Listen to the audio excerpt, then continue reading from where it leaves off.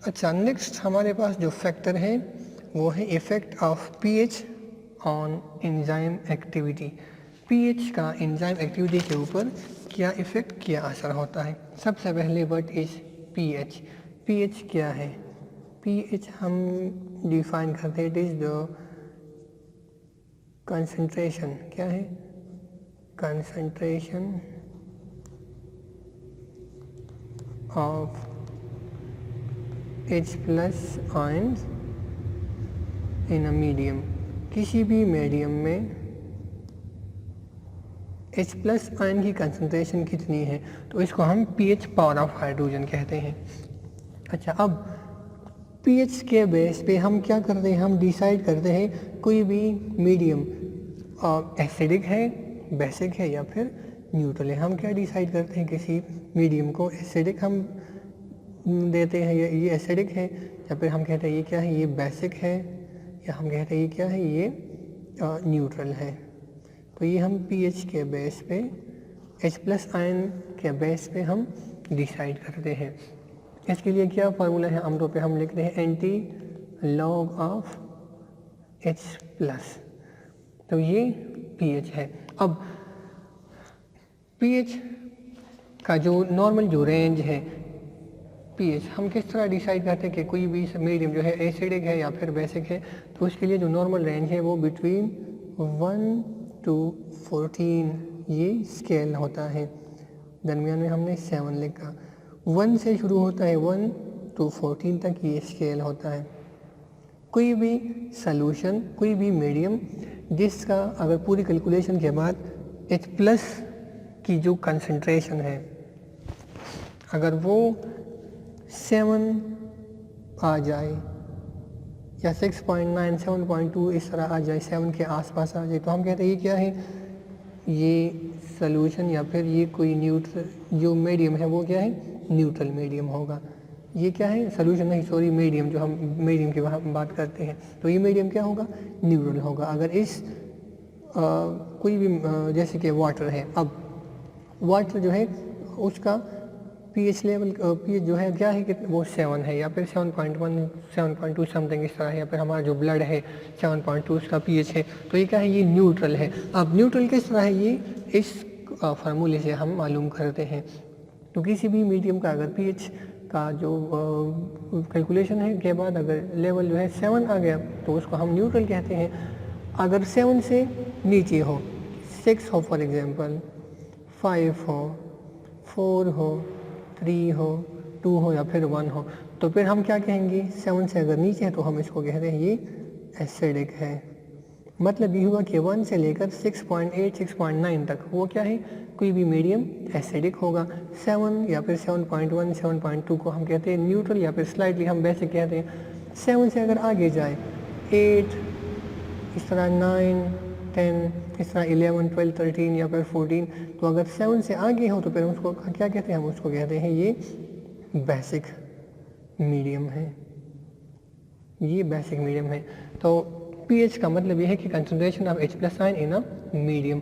अब हमारी बॉडी में भी मुख्तलिफ किस्म की मीडियम मौजूद है। अब एंजाइम की जो एक्टिविटी है वो किस मीडियम में, कौन सी मीडियम में ज़्यादा बेहतर होगी, वो उसका इफ़ेक्ट क्या होगा। पीएच हम इंक्रीज या डिक्रीज करते हैं तो क्या होगा, उसका हम पढ़ते हैं असर। Enzymes are affected by the activity और अल्कलिनिटी, सॉरी एसिडिटी और अल्कलिनिटी। हमने पढ़ा कि एंजाइम किस चीज़ पे अफेक्टेड होते हैं, एसिडिटी या फिर अल्कलिनिटी। कोई मीडियम एसिडिक है या फिर वो बेसिक या अल्कलाइन है।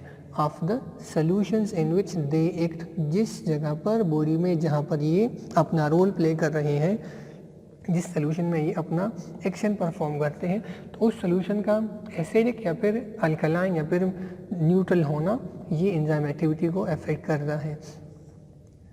In each enzyme works best at a specific pH. अगर आपको टेम्परेचर याद हो, टेम्परेचर में हमने क्या कहा था कि all enzymes have the same optimum pH, अगर आपको याद हो। लेकिन यहाँ पर हम क्या कहते हैं, each enzyme works at a specific pH. ये जुमला हम इस तरह लिख सकते हैं कि different enzymes have different optimum pH. which is called its optimum pH. Some work best in slightly acidic pH. कुछ एंजाइम जो है एसिडिक pH में काम करते हैं, while others require slightly alkaline pH. कुछ के लिए slightly alkaline pH है, कुछ के लिए जो है ज़्यादातर जो एंजाइम्स है वो न्यूट्रल pH पे काम करते हैं. Most enzymes function between pH of 6 to 8, मतलब slightly जो अल्कलाइन होता है या फिर न्यूट्रल होता है. However, pepsin in the stomach works best at pH of 2. अब पेप्सिन क्या है? पेप्सिन स्टमक में मौजूद है और इसके लिए जो pH रिक्वायर्ड है डाइजेशन ऑफ फूड में मदद देता है. अगर इसके लिए जो pH रिक्वायर्ड है वो क्या है? बिटवीन, अब वो pH जो है 2 है. अभी इसके लिए ऑप्टिमम pH है. ज़्यादातर एंजाइम जो है 6 to 8 pH पे काम करते हैं. अब एक्सेप्शन क्या है?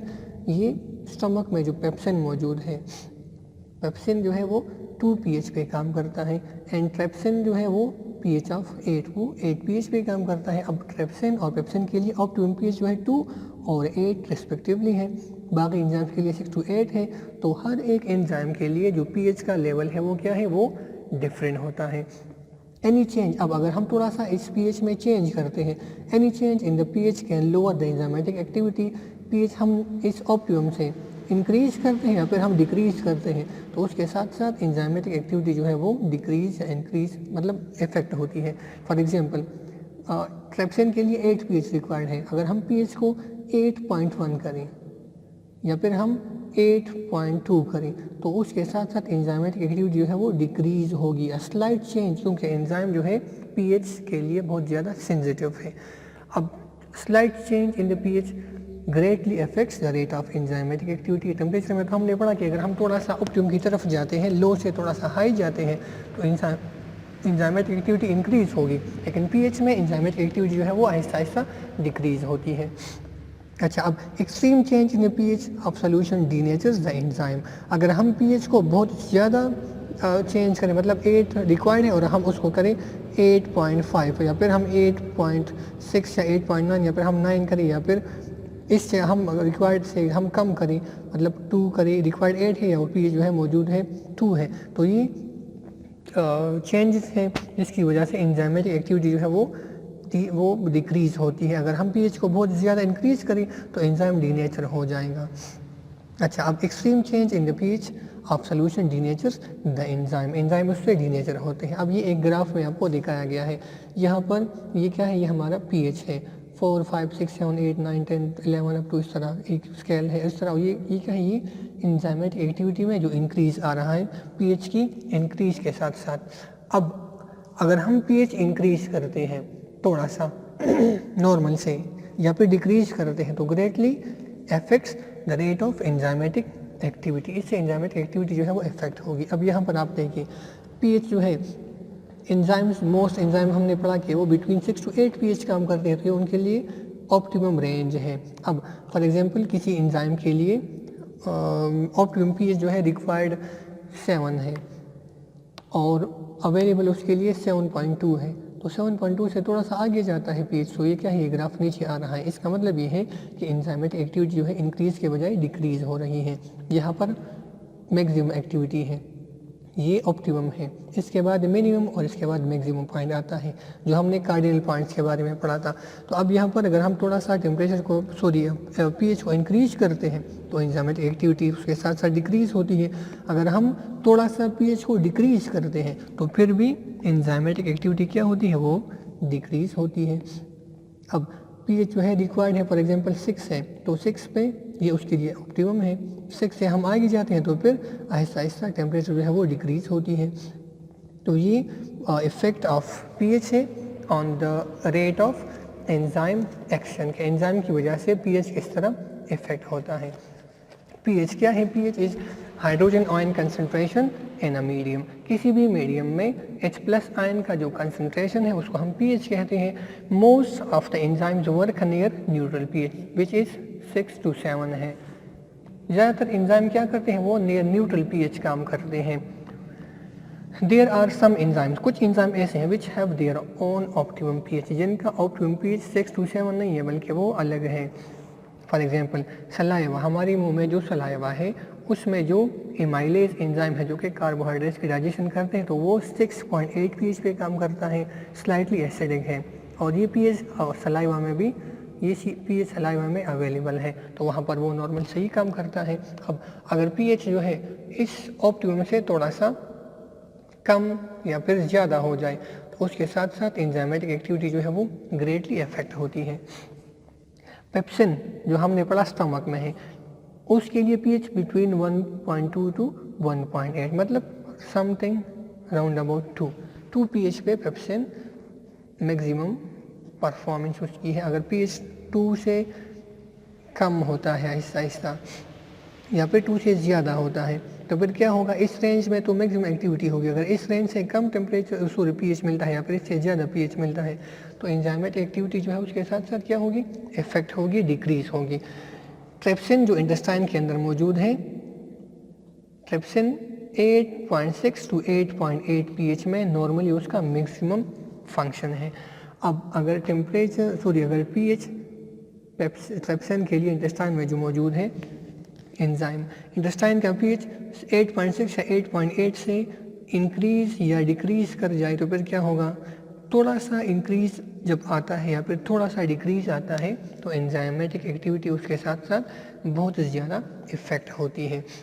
अब टेम्परेचर के लिए हमने क्या जुमला यूज़ किया था, टेम्परेचर के लिए हमने यूज़ किया था जब हम टेम्परेचर का इफ़ेक्ट पढ़ रहे थे तो हमने इस तरह कहा था कि ऑल एंजाइम्स हैव, क्या होता है, द सेम पीएच या द सेम ऑप्टिमम पीएच। तमाम एंजाइम के लिए पीएच का जो लेवल है वो क्या है, ऑप्टिमम पीएच का वो सेम है। और वो कितना था हमारे पास, 37 to 40 degree Celsius normal pH जो ऑप्टिमम था तमाम एंजाइम के लिए। अगर टेम्परेचर की जब हम बात करते हैं और पीएच के लिए जब हम यहाँ पर एडिशन करते हैं करेक्शन टेम्परेचर, अगर हम पीएच की बात करें तो पीएच के लिए हम लिखते हैं कि ऑल, या हम इस तरह लिखते हैं कि different enzymes have different optimum pH. मुख्तलिफ एंजाइम्स के लिए ऑप्टिमम पीएच क्या है, मुख्तलिफ है। जैसे हमने पढ़ा कि कुछ एंजाइम 6 to 8 सही रोल प्ले करते हैं, जो हमने पढ़ा कि सलाइवरी एमाइलेज जो है वो 6.8 पे बेस्ट उसकी एक्टिविटी है। पेप्सिन हमने पढ़ा, पेप्सिन के लिए कितना रिक्वायर्ड है पीएच, राउंड अबाउट 2। पेप्सिन के लिए हमने पढ़ा कि कितना रिक्वायर्ड है पीएच, अप टू 8 या 8.6। अब हर एक एंजाइम के लिए या मुख्तलिफ एंजाइम के लिए पीएच जो लेवल है वो क्या है, डिफरेंट है। लेकिन अगर हम टेम्परेचर की बात करते हैं तो फिर टेम्परेचर का जो लेवल है तमाम एंजाइम्स के लिए ऑप्टिमम टेम्परेचर सेम होता है, लेकिन पीएच के लिए टेम्परेचर जो है एंजाइम के लिए पीएच अलग अलग होता है। अब different enzymes have different pH optimum या different optimum pH. Enzymes activity is maximum at that optimum pH. किसी भी एंजाइम के लिए जो रिक्वायर्ड पीएच है वो मौजूद है तो मैक्सिमम एक्टिविटी उस पीएच पे होती है। पीएच बिलो द ऑप्टिमम, अगर उस रिक्वायर्ड पीएच से नीचे हो, कम हो पीएच, तो फिर क्या होगा, एंजाइम एक्टिविटी डिक्रीजेस। क्या होगा, डाउन द एरो, मतलब एंजाइम एक्टिविटी डिक्रीज होगी अगर ऑप्टिमम पीएच अवेलेबल नहीं है, ऑप्टिमम से कम है। पीएच अबव द ऑप्टिमम, अगर पीएच ऑप्टिमम से ऊपर है तो फिर क्या होगा, enzyme activity again decrease, enzyme activity फिर भी क्या होगी, डिक्रीज होगी। और हम क्या कहते हैं, एंजाइम क्या हो गई, डी नेचर हो गई। डी नेचर को हमने डिस्कस किया कि एंजाइम प्रोटीन से बने हैं, प्रोटीन में क्या है, अमाइनो एसिड्स, और अमाइनो एसिड्स में हाइड्रोजन बॉन्ड है। जब हाइड्रोजन बॉन्ड की ब्रेकिंग होती है तो प्रोटीन्स का स्ट्रक्चर डिस्ट्रॉय होता है, तो प्रोटीन ख़राब हो गई, एंजाइम भी डीनेचर हो गई, तो अपना नॉर्मल जो उनका फंक्शन है वो सही परफॉर्म नहीं करती। ये ग्राफ है पीएच के लिए, ऑप्टिमम पीएच है, ये एंजाइम एक्टिविटी है। अगर हम पीएच 0 से बढ़ाते हैं जो रिक्वायर्ड है, अब 7 पीएच किसी एंजाइम के लिए रिक्वायर्ड है या फिर बिटवीन 6 to 7 मौजूद है, तो एंजाइम एक्टिविटी क्या होगी, यहाँ पर ऑप्टिमम पीएच मौजूद है तो हम कहते हैं ये क्या है, यहाँ इस लेवल पे मैक्सिमम एंजाइमेटिक एक्टिविटी होगी। पीएच अबव दिस लेवल, अगर इस ऑप्टिमम से पीएच इंक्रीज हो रहा है तो फिर क्या होगा, एंजाइम एक्टिविटी डिक्रीजेज, ये डाउन जा रहा है, ग्राफ नीचे जा रहा है। इसका मतलब ये है कि enzyme activity Aahista Aahista decrease हो रही है। इसके साथ साथ अगर हम पीएच को ऑप्टिमम से नीचे लाते हैं तो फिर क्या होगा, again enzymatic activity start to decrease, फिर एंजाइमेटिक एक्टिविटी दोबारा डिक्रीज होगी। तो पीएच की वजह से एंजाइम जो है ग्रेटली इफेक्ट होते हैं। टेम्परेचर का तो रोल इस तरह है कि थोड़ा सा अगर हम टेम्परेचर इंक्रीज करते हैं तो एंजाइमेटिक एक्टिविटी थोड़ा सा इंक्रीज होती है अप टू द ऑप्टिमम, लेकिन अगर हम पीएच ऑप्टिमम से थोड़ा सा भी इंक्रीज करते हैं तो एंजाइमेटिक एक्टिविटी क्या होगी,